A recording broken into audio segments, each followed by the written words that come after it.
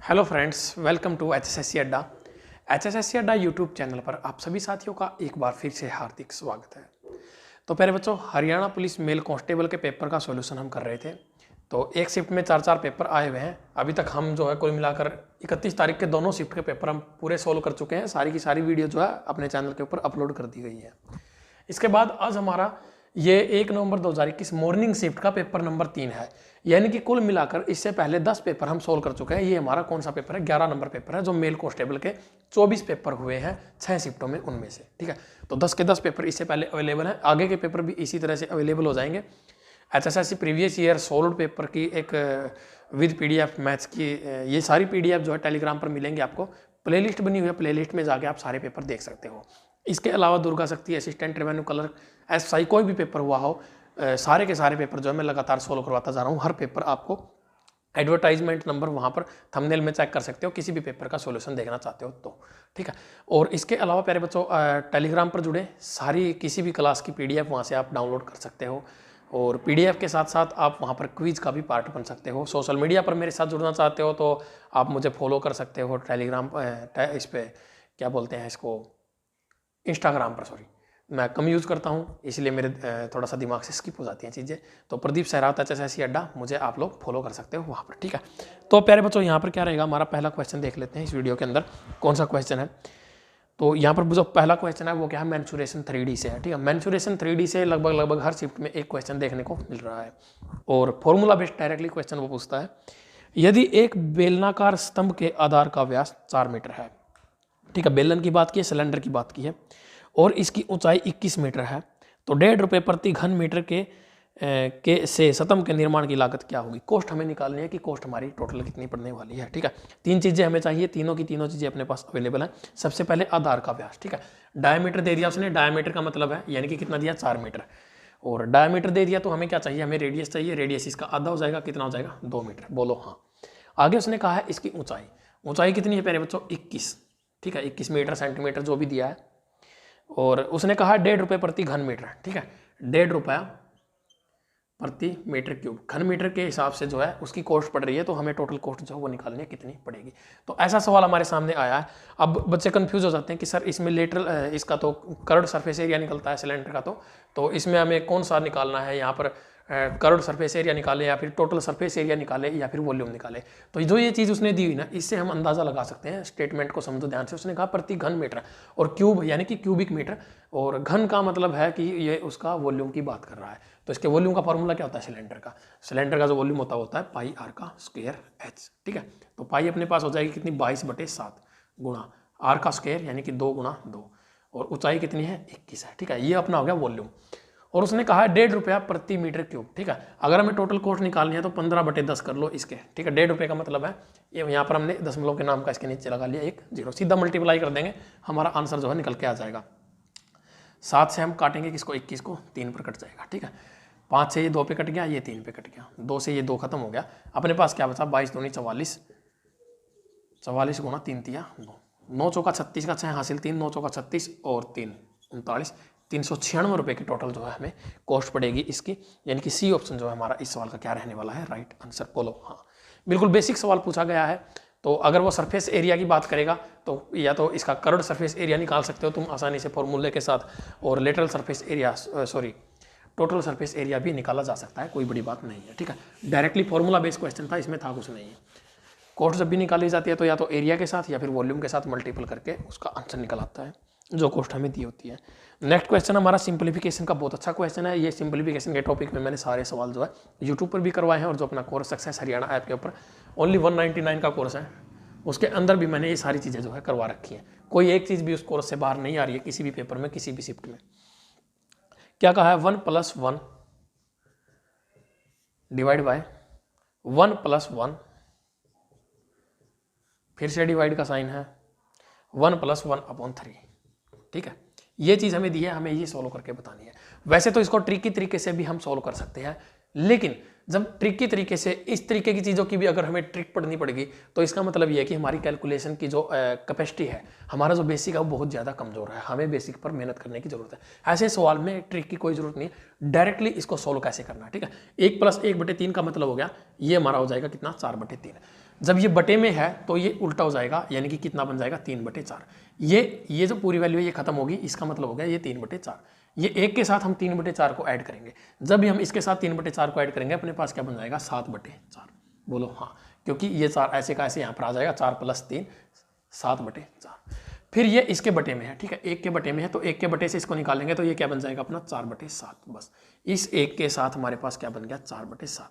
तो अपने पास क्या आ गया, नीचे 7 आ गया, ऊपर 11। बस एक सही 4/7 हमारा क्या हो जाएगा इस सवाल का राइट आंसर। सी ऑप्शन जो है हमारा इस सवाल का क्या रहने वाला है, राइट आंसर। बोलो हाँ, कर लोगे। इससे ज़्यादा टाइम इस सवाल में लगना नहीं चाहिए, ये तो मैंने एक्स्ट्रा टाइम ले लिया समझाने के चक्कर में, इतना भी टाइम इस सवाल में लगना नहीं चाहिए था।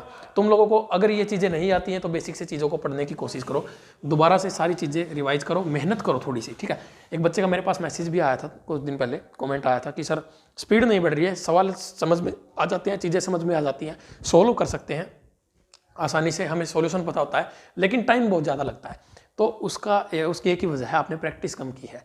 आपने चीज़ें पढ़ ली लेकिन प्रैक्टिस नहीं की। जितनी ज़्यादा प्रैक्टिस करोगे उतनी ही स्पीड अपने आप बढ़ती चली जाएगी। ये हम इसका क्या होता है, लॉजिक होता है मैथमेटिक्स का।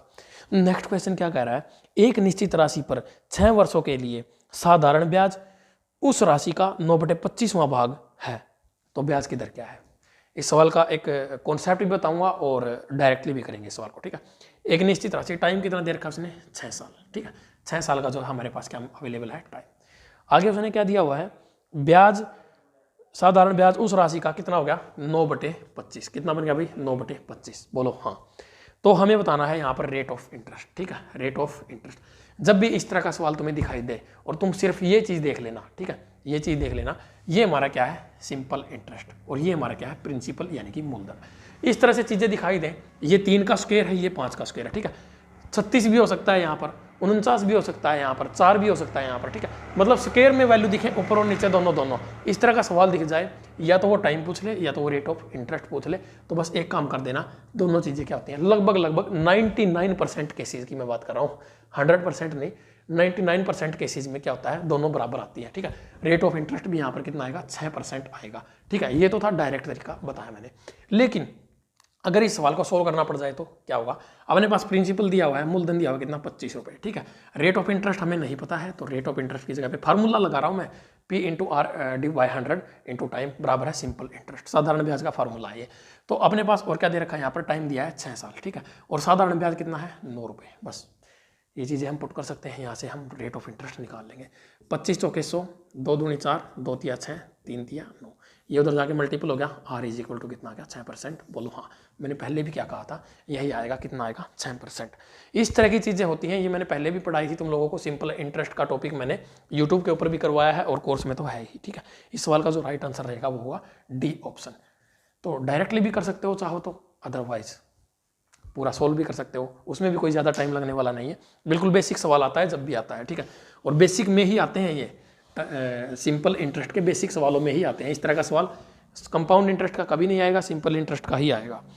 नेक्स्ट क्या है, यदि एक निश्चित संख्या के 4 गुणा में 10 जोड़ दिया जाता है तो परिणाम संख्या के 5 गुणे से 5 कम होता है, तो संख्या बतानी है हमें क्या है। 4 ऑप्शन भी अवेलेबल हैं, तो हिट एंड ट्रायल करने की भी जरूरत नहीं है इसमें। तो संख्या मान लेते हैं, क्या मान लेते हैं, संख्या क्या है अपने पास, x की वैल्यू हमें फाइंड आउट करनी है। बोलो हाँ। क्या कह रहा है, यदि एक संख्या के 4 गुणे में 10 जोड़ दिया जाता है, ठीक है, इसका 4 गुणा करेंगे तो कितना हो जाएगा, 4x, इसमें क्या जोड़ दिया, 10 जोड़ दिया। बोलो हाँ, जो वो कहेगा हम वही लिखेंगे, अपनी तरफ से कुछ ऐड नहीं करेंगे।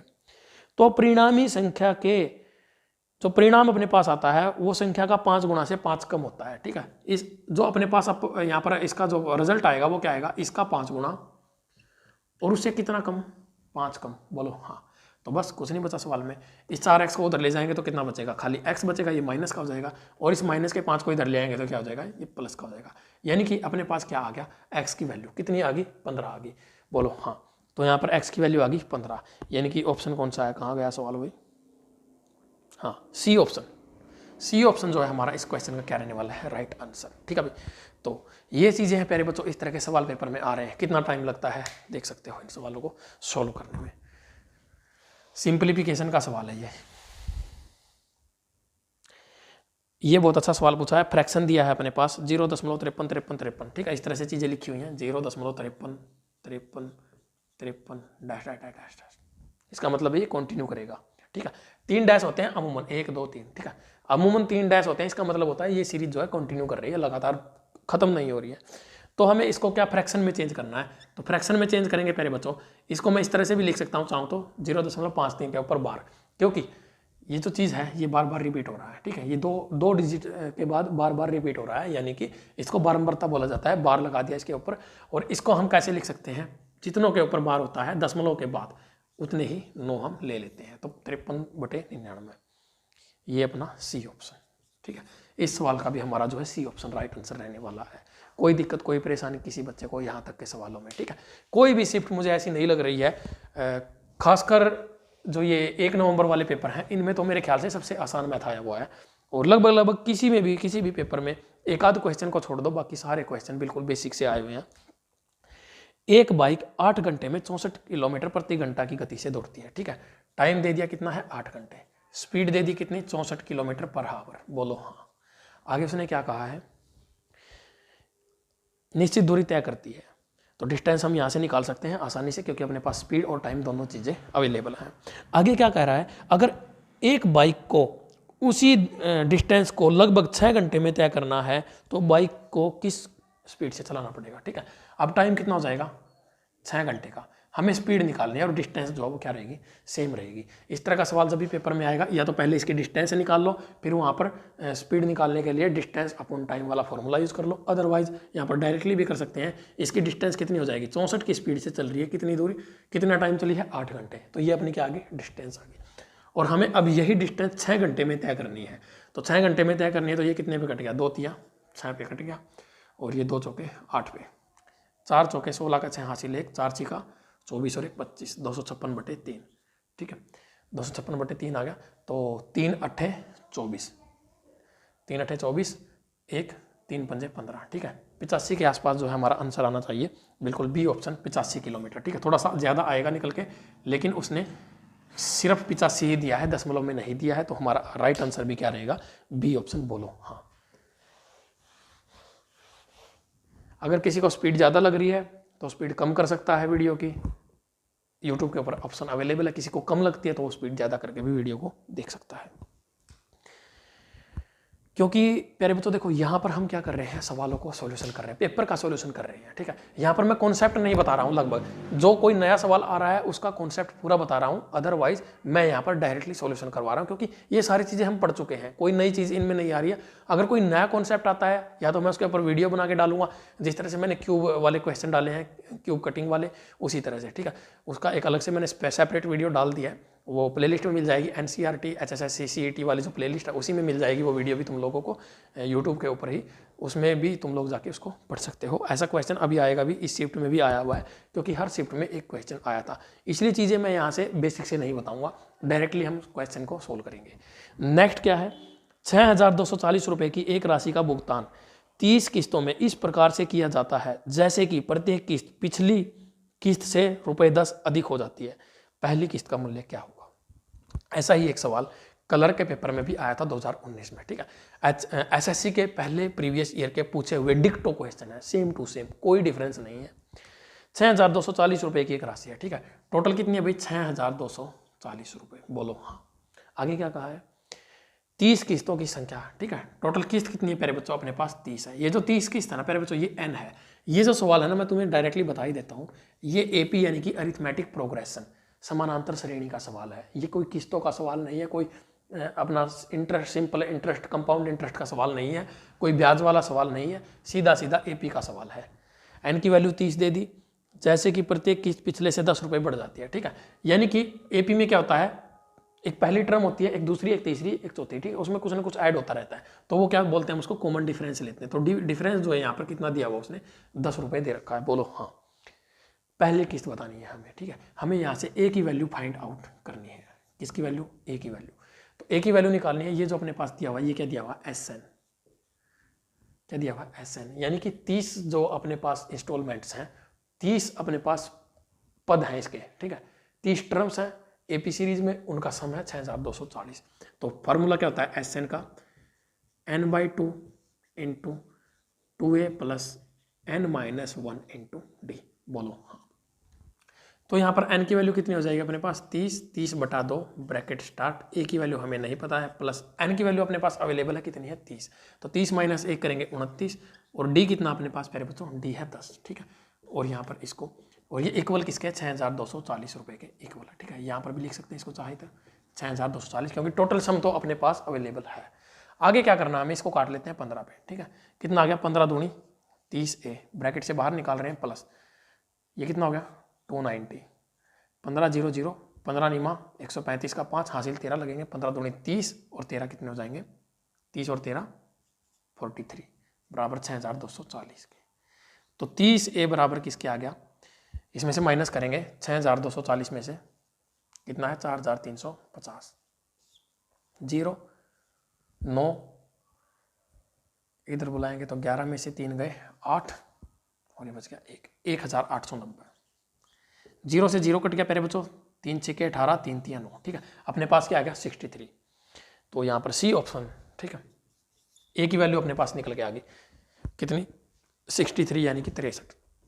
तो जो पहली किस्त रही थी वो कितने रुपए की रही थी प्यारे बच्चों, 63 रुपए की रही थी। और अगर AP सीरीज बनानी पड़ जाए तो हमें कैसे बनाएंगे, 63 प्लस 10 कितने हो जाएंगे, इस तरह से लिख सकते हैं इसको, फिर 73, 10 10 ऐड कर दो 83, इस तरह से ऐड करते चले जाओ।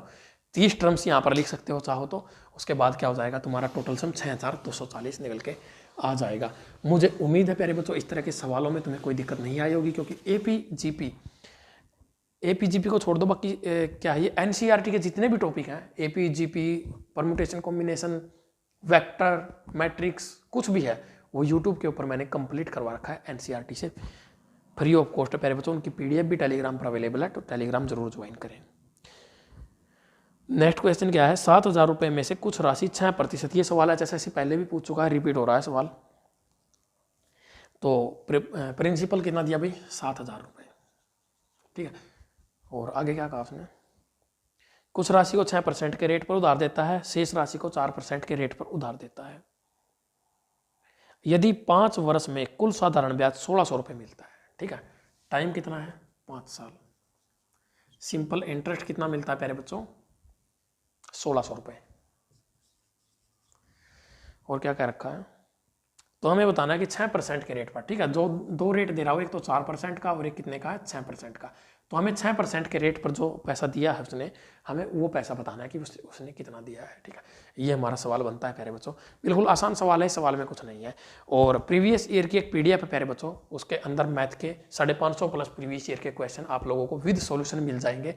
उस PDF को आप परचेज कर सकते हो। यहाँ पर आप देख सकते हो मेरी साइड में 79 88 10 14 12, इस नंबर पर 30 रुपये की पेमेंट करोगे तो आपको PDF विद सॉल्यूशन मिल जाएगी। और उसके अंदर प्यारे बच्चों सारे प्रीवियस ईयर के कंटेंट, ज़बरदस्त कंटेंट अवेलेबल है, टॉपिक वाइज अरेंज है, और फिर सॉल्यूशन भी उनके साथ दिए हुए हैं, ठीक है। ये सारी चीज़ें आपको मिल जाएंगी। और सवाल को देख लेते हैं, इसमें क्या करना है हमें। तो सबसे पहले ना प्यारे बच्चों देखो, इस सवाल को करने के 2-3 तरीके हैं, लेकिन जो तरीका मुझे बेस्ट लगता है मैं वो बता रहा हूँ तुम लोगों को। इसको हम करेंगे एलिगेशन मेथड से। अब एलिगेशन कैसे लगाओगे, पहले यहाँ पर क्या करो, ये अपने पास मूलधन है, ये क्या अपने पास टाइम है, ये क्या सिंपल इंटरेस्ट, यहाँ से रेट ऑफ इंटरेस्ट निकाल लो बस। तो प्यारे बच्चों यहाँ पर क्या हो जाएगा 7000 गुणा रेट हमें नहीं पता है, डिवाइड बाई 100 गुणा 5 बराबर है कितने के 1600 के। 2 0 से 2 0 यहाँ पर कट गई, 1 0 से 1 0 यहाँ पर कट गई, ठीक है। 5 से ये कितने पे गया 5 ये 15, 5 दूनी 10। तो रेट ऑफ इंटरेस्ट कितना आ गया, फ्रैक्शन में आ गया निकल के 32/7% का रेट ऑफ इंटरेस्ट आ गया। अगर सीधा सीधा 7 8 9 10 वैल्यू आ जाती तो आसान पड़ जाती चीज़ें, लेकिन भाई अब फ्रैक्शन में आ गया तो कोई बात नहीं, फ्रैक्शन में उठा लेते हैं, कोई दिक्कत नहीं है। तो यहाँ पर क्या करेंगे पहले बच्चों, इस साइड लिख लो 4%, इस साइड लिख लो 6%, और इधर लिख लेते हैं 32/7%। बोलो हाँ। अब यहाँ पर जो नीचे दिया हुआ ना, हमेशा मैं इस तरह के सवाल को कैसे सोल्व करता हूँ, जो यहाँ पर अपना जो डिनोमिनेटर दिया होता है इन सभी को इससे मल्टीप्लाई कर लो, ठीक है। 7 से इसको मल्टीप्लाई करेंगे तो कितना आ गया 28, और इसको करेंगे तो 42, ठीक है। और ये ऊपर वाली वैल्यू जो है इसको हम मेन वैल्यू, जो बीच वाली वैल्यू वो मान लेते हैं, ठीक है। तो यहाँ पर कितना बचेगा 32 में से 28 गए तो बचा 4, और ये कितना है 10, ठीक है। 42 में से 32 आएगा तो बचेगा 10, ठीक है। 10:4 काट लो इसको, 2 पंजे 10, 2 दूनी 4, ठीक है। ये अपने पास क्या आ गया, रेशो आ गया। किस चीज़ का रेशो आया, इस रेशो में उसने पैसों को डिवाइड किया था 5 और 2, टोटल कितनी यूनिट होगी 7 यूनिट। 7 यूनिट की वैल्यू अपने पास कितनी है प्यारे बच्चों 7,000 रुपये है। यानी कि इसका मतलब है 1 यूनिट की वैल्यू कितनी रही होगी 1,000 रुपये। तो इसकी वैल्यू हो जाएगी कितनी 5,000, इसकी वैल्यू हो जाएगी कितनी 2,000। अब अगर 4% की बात करेगा तो 5,000 रुपये, 6% की बात करेगा तो 2,000 रुपये। तो यहाँ पर क्या है बी ऑप्शन जो है हमारा, 1 मिनट, 6% के रेट पर पूछा है, हाँ, तो बी ऑप्शन हमारा इस सवाल का राइट आंसर हो जाएगा। 2,000 रुपये जो है इस रेट पर उसने दिए थे। इस सवाल को इस तरीके से करोगे तो बिल्कुल आसान पड़ेगा, टाइम भी कम लगेगा। दूसरे तरीके से करने जाओगे तो थोड़ा सा सवाल क्या हो जाएगा, कन्फ्यूजिंग हो जाएगा। हालांकि इसे थोड़ा सा शॉर्ट तरीके से वो सोल्व हो जाएगा। वो मैंने सारी चीज़ें तुम्हें जो कोर्स है सक्सेस हरियाणा ऐप के ऊपर कंप्लीट, उसके अंदर सारी चीज़ें पढ़ा रखी हैं। तो एक बार उस कोर्स को जरूर देख ले। सिर्फ 199 रुपये यानी कि 200 रुपये हैं लगभग, ठीक है। 200 रुपये में आपको कितनी वीडियो मिल रही है प्यारे बच्चों, 350 प्लस हावर्स की क्लासेज आपको अवेलेबल हो रही हैं विद PDF, ठीक है। 350 यानी कि एक क्लास की कीमत 1 रुपये से भी कम है। और इससे ज़्यादा क्या चाहिए भाई अगर यही कोर्स तुम लोग ऑफलाइन में आके लोगे तो प्यारे बच्चों ये कम से कम 10,000 से ऊपर का कोर्स जाएगा, ठीक है। Complete arithmetic plus advance. और अगर उसमें NCERT ऐड कर दी तो उसके 5-6 हज़ार रुपये एक्स्ट्रा बढ़ा लो। एक घन को 16 काट द्वारा अधिकतम कितने टुकड़ों में काटा जा सकता है, 16 काट द्वारा, ठीक है भाई। तो एक घन को काटना है प्यारे बच्चों, कितने कट लगाने हैं 16, ठीक है। हमें बताने हैं मैक्सिमम कितने टुकड़े बनेंगे, ठीक है। टुकड़े बताने हैं हमें, टुकड़े तो 2 चीज़ें होती हैं प्यारे बच्चों टुकड़ों में, उसने पूछा है मैक्सिमम, ठीक है। तो इसके ऊपर एक कन्फ्यूजन भी थी, मैंने वो बच्चों की दूर भी कर दी है। तो इससे जुड़ा हुआ पूरा का पूरा कॉन्सेप्ट मैंने एक वीडियो डाल दिया है, लगभग आधे घंटे की वो वीडियो है। सारे के सारे सवाल भी लिए मैंने प्रीवियस ईयर के, और प्यारे बच्चों उसके अंदर मैंने अपने तरफ से सारी चीज़ें जो है हो सकती है, जिस तरह के सवाल यहाँ से बन सकते हैं सारे समझा दिए हैं। तो वो वीडियो जरूर देख लेना एक बार, ठीक है। हो सकता है कि आगामी एग्जाम में भी यहाँ से सवाल आ जाए, क्योंकि पहली बार ही इस तरह का सवाल HSSC ने पूछा था। हर पेपर में एक सवाल जरूर आया था ये। तो यहाँ पर क्या हुआ प्यारे बच्चों, इस तरह की चीज़ें जब भी अपने सामने आएंगी तो कुछ बच्चों के डाउट भी थे, मैं यहाँ पर भी उनके डाउट क्लियर कर रहा हूँ, तो ध्यान रखना। तो प्यारे बच्चों देखो 16 कट लगाता है, तो 16 कट का मतलब क्या हो गया, हमें क्या करना होता है प्यारे बच्चों, जितने कट लगाएगा ना, अगर वो कह दे कि भाई उसने एक ही दिशा में सारे कट लगाए हैं, तो अगर वो पूछ लेता भी मिनिमम कितने टुकड़े बनेंगे, ठीक है। अगर मिनिमम टुकड़ों की बात होती है ना प्यारे बच्चों, तो जितने कट लगाता है उससे एक ज़्यादा टुकड़ा अपने पास बनता है, ठीक है। लेकिन वो मिनिमम पूछता ही नहीं है, वो पूछता है मैक्सिमम। क्यों पूछता है मैक्सिमम, क्योंकि इसमें कन्फ्यूजन रहती है हमेशा। तो यहाँ पर अगर मैं इसके फैक्टर करता हूँ, ठीक है, फैक्टर के ऊपर बात आती है 5 + 5 + 6, ये हमारे क्या हो गए इसके फैक्टर हो गए। मैंने तुम्हें क्या बताया था पहले बच्चों, जब भी टुकड़े मैक्सिमम निकालने हो तो इसमें +1 करेंगे तो कितना हो गया 6, इसमें भी +1 करेंगे तो कितना हो गया 6, ठीक है। बीच में मल्टीपल का साइन होता है, इसमें +1 करेंगे तो कितना हो गया 7, ठीक है। तो 6 × 6 कितना हो गया 36 × 7, 7 × 6 42 का 2 हासिल 4, 7 × 21 और 4 25, ठीक है। तो अधिकतम 252 टुकड़े जो है बनेंगे यहाँ पर। इसका जो राइट आंसर रहेगा वो हो जाएगा C ऑप्शन, ठीक है भाई। लेकिन कुछ बच्चों का डाउट क्या था मैं बताता हूँ। उन्होंने कहा कि सर 16 टुकड़े बनते हैं जैसे, तो हम इसको इस तरह से भी तो ले सकते हैं, जैसे 4 + 4 8 और 8 16, ठीक है, ऐसे ले सकते हैं, कोई दिक्कत नहीं है। लेकिन प्यारे बच्चों इससे मैक्सिमम टुकड़े नहीं बनेंगे। देखो 5 इसके ऐड करेंगे, एक 5 और इसमें ऐड करेंगे 9, ठीक है। 25 × 9 कितना हो गया 225, ठीक है। अब ये बताओ 252 ज़्यादा है कि 225 ज़्यादा है, बताओ भाई। तो यहाँ पर क्या हो जाएगा, खेल हो जाएगा तुम्हारे साथ। हो सकता है कि 225 भी ऑप्शन में दिया हो, नहीं दिया है, लेकिन प्यारे बच्चों हमें उस चीज़ के साथ जाना जिसमें अधिकतम टुकड़े बनेंगे, अधिकतम टुकड़े बनेंगे उन इतने ही कट मारने से। तो प्यारे बच्चों इस तरह से 225 बन जाए। एक और बता देता हूँ तुम लोगों को, एक फैक्टर ले लेते हैं कोई दूसरा, तो ये हमारा गलत हो जाएगा, ठीक है, सही यही रहेगा। और एक और फैक्टर बन सकता है इसका, कोई भी फैक्टर बना लो यार, कोई भी बना लो चाहे, ठीक है। फैक्टर बना लो, दूसरे बना लो 7 + 5 + 4, ठीक है, ऐसे बना लो, 16 आना चाहिए बस। तो 8 × 6 × 5, ठीक है। 8 × 5 40, 40 6 का 240, तो 240 बनेंगे। इससे तो फिर भी कम है। उसने पूछा है मैक्सिमम, अधिकतम अधिकतम अधिकतम, ठीक है, तो ये भी गलत है, ठीक है। मुझे उम्मीद है ये डाउट जो है जिस बच्चे ने पूछा था उसका क्लियर हो गया होगा। अगर अभी क्लियर नहीं हुआ तो भाई थोड़ा सा ना वीडियो को दोबारा देख ले, 2-3 बार जरूर हो जाएगा। सवालों की प्रैक्टिस कर लो, खाली वीडियो देखने से काम नहीं चलता प्यारे बच्चों, अपने नोट्स बनाओ खुद के, नोट्स बनाओगे तो प्रैक्टिस अच्छी होगी। अब जैसे मैं बता रहा था कि मेरे पास कमेंट आया था कि सर स्पीड नहीं बढ़ रही है, लड़की थी शायद वो, कि सर स्पीड नहीं बढ़ रही है क्या करूँ। तो इसी वजह से स्पीड नहीं बढ़ती है। आप लोग क्या करते हो, वीडियो देखते रहते हो, टीचर सवाल सोल्व करता है, आप वीडियो देखते हो आराम से लेट के। ऐसे नहीं होता प्यारे बच्चों, खुद से सोल्व करोगे तो ही क्या होगा तुम्हारा, खुद से सॉल्यूशन करोगे, पेन कॉपी के ऊपर चलाओगे तो ही स्पीड बढ़ेगी, अदरवाइज नहीं बढ़ेगी। वीडियो चाहे 10,000 देख लेना, स्पीड नहीं बढ़ने वाली। नेक्स्ट क्वेश्चन में क्या कह रहा है, 15 पुरुष 108 मीटर लंबी दीवार को 6 दिनों में बना सकते हैं। 25 पुरुषों द्वारा 3 दिनों में का समान दीवार की कितनी लंबाई बनाई जा सकती है। तो भी टाइम एंड वर्क का सवाल है, सीधा सीधा MDH वाला फॉर्मूला यूज करेंगे और सवाल क्या हो जाएगा 16। क्या कह रहा है, 15 पुरुष 108 मीटर लंबी दीवार को 6 दिनों में बनाते हैं। ठीक है, 6 दिनों में बनाते हैं कितनी दीवार, 108 मीटर लंबी दीवार। आगे उसने क्या कहा है, 25 आदमियों के द्वारा, 25 आदमियों के द्वारा, ठीक है, 3 दिन में कितनी दीवार बनाई जाएगी। ये इस तरह से चीज़ें ली जाती हैं सवाल के अंदर, तो हम बता सकते हैं ऐसे आराम से। तो 5 पंजे 25, 5 दिए 15, 3 से 3 पे कट गया। अब क्या बचा, 6 से इसको काट लो, 6 कम 6, 6 थे 48, ठीक है, 18 पे कट गया।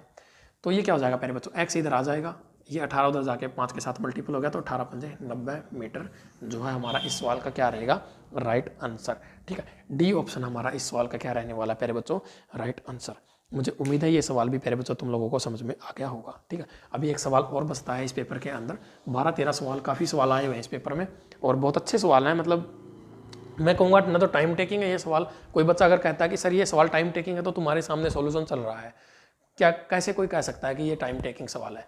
बिल्कुल भी टाइम टेकिंग नहीं है। कोई भी एक सवाल अगर खुद से सोल्व करने बैठोगे, यहाँ पर तो चीज़ें समझानी पड़ती हैं, चीज़ें ज़्यादा भी लिखनी पड़ जाती है कई बार, क्योंकि हर तरह का बच्चे को फेस करना पड़ता है। लेकिन अगर खुद से पेन से कॉपी के साथ करने बैठोगे तो अगर 12 सवाल है तो 12 मिनट लगने नहीं चाहिए इन सवालों के अंदर। कोलकाता की यात्रा पर 50% दूरी के लिए एक टैक्सी औसत गति 50 किलोमीटर प्रति घंटा है। 40% दूरी के लिए 40 किलोमीटर प्रति घंटा है और शेष 20 किलोमीटर की शेष दूरी के लिए 20 किलोमीटर प्रति घंटा की दूरी स्पीड है भाई। पूरी यात्रा के दौरान एवरेज स्पीड हमें निकालनी है मेरे बच्चों। ठीक है, एवरेज स्पीड कैसे निकालोगे, देखो 50%, 40% और 10%। ठीक है, शेष का मतलब हो गया 10%। 50 और 40 90, टोटल जो डिस्टेंस होगी टोटल वो 100% ही होती है प्यारे बच्चों। ठीक है, तो 50% डिस्टेंस उसने तय कर ली और कितनी की, 50 किलोमीटर पर हावर की स्पीड से उसने तय कर ली। ठीक है, अगर मान के चलो हमारे पास टोटल जो डिस्टेंस है वो कितनी है, टोटल डिस्टेंस कितनी है, 100 किलोमीटर। ठीक है, 100 किलोमीटर है, उसमें से वो 50 किलोमीटर की जो डिस्टेंस है प्यारे बच्चों, 50 किलोमीटर पर हावर की स्पीड से चलता है तो कितने टाइम में पहुंचेगा, 1 घंटे में। उसके बाद 40 किलोमीटर की डिस्टेंस उसको कितने में कवर करता है, 40 की स्पीड से करता है, तो 40 किलोमीटर की ही डिस्टेंस है और 40 की ही स्पीड से चल रहा है तो फिर से लेगा कितना टाइम, 1 घंटा। बोलो हाँ। उसके बाद उसने कहा है आगे अपने पास मान लो टोटल 100 किलोमीटर थी तो बचा कितना, 10 किलोमीटर। 10 किलोमीटर की डिस्टेंस है, उसने 20 की स्पीड से तय किया तो प्यारे बच्चों कितना टाइम लेगा, वो आधा घंटा। ठीक है, आधा घंटा लेगा, क्योंकि 20 किलोमीटर 1 घंटे में जाता है तो 10 किलोमीटर 30 मिनट में जाएगा। बस ये सवाल के अंदर लॉजिक था। अगर ये लॉजिक जिस बच्चे ने पकड़ लिया तो उसका सवाल ये गलत नहीं हो सकता। और बिल्कुल बेसिक से भी बेसिक सवाल मैं मानता हूँ इन सवालों को। आगे क्या करना है इस सवाल में, आगे तो कुछ बचा ही नहीं है। तो टोटल डिस्टेंस कितनी होगी, 100, एवरेज स्पीड ही तो निकालनी है, total distance divide by total time. तो 2 घंटे ये और आधा ये, 2.5 घंटे।